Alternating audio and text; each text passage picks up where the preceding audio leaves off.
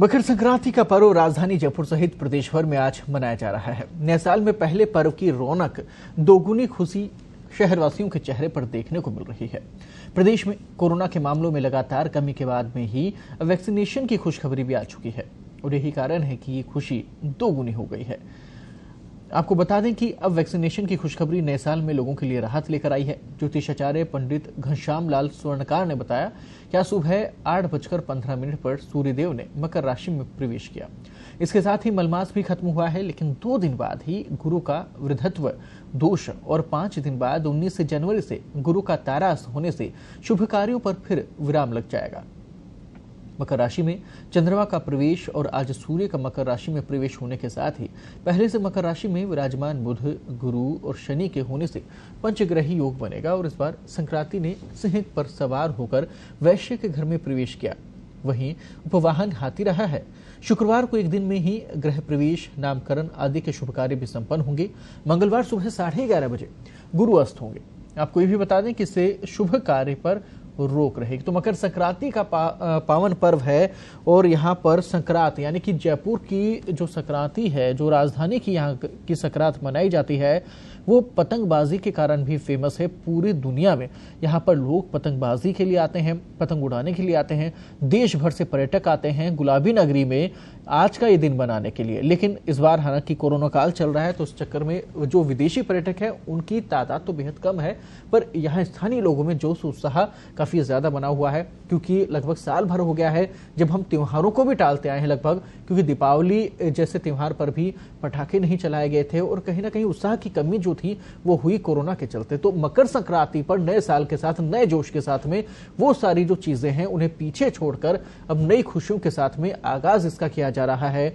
और मकर संक्रांति के पावन पर्व पर आप देखिए त्योहारों के दौरान बाजारों में कारोबार भी अच्छा हुआ। 400 करोड़ के आसपास का कारोबार हुआ है बाजारों में, और इसके साथ में ही मिठाई आदि जो थी वो बाजारों में काफी बिकी हैं। और अब आप ये देखिए कि बेहद ही खूबसूरत नजारा राजधानी जयपुर का सुबह का, जहां पतंगबाजी की जा रही है, पतंगे उड़ाई जा रही हैं। खुले आसमान में, गगन में उड़ती ये पतंगे ये दिखाती हैं, दर्शाती हैं कि अब वैक्सीन आ गई है, अब इंतजार नहीं है और अब ये वैक्सीन लगेगी और कोरोना की डोर काट दी जाएगी और हम वापस से पहले की तरह उसी प्रकार से स्वतंत्र लोगों से मिल पाएंगे, जा पाएंगे लोगों से मुलाकात करने। ये एक ख्वाब नए साल के साथ में, नई उम्मीद के साथ में, नई किरण के साथ में, नई रोशनी के रूप में दिख रहा है, आसमान में दिख रहा है। और बेहद खूबसूरत सुबह का नजारा जब सूर्यदेव वहां पर आसमान में दिखे और पतंगे उनके आसपास दिखी। आसमान से ऐसा लग रहा था जैसे वो खुद राजधानी की खूबसूरत पतंगबाजी को देख रहे थे, निहार रहे थे आसमान में बैठ के। वो खूबसूरत नजारा ऐसे लग रहा था जैसे मान लें कि खुद सूर्यदेव आसमान से इस पूरे खूबसूरत नजारे को निहार रहे हों। जयपुर की पतंगबाजी पूरे विश्व में फेमस है।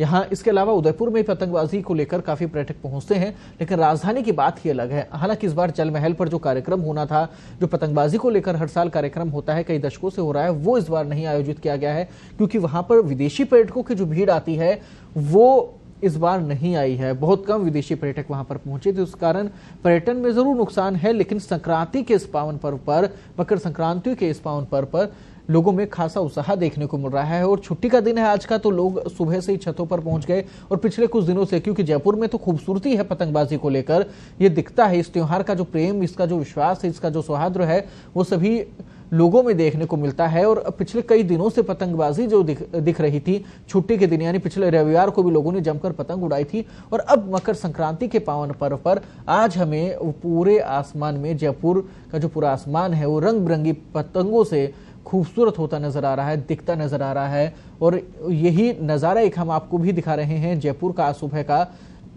इसके अलावा बाजारों में भी रौनक है।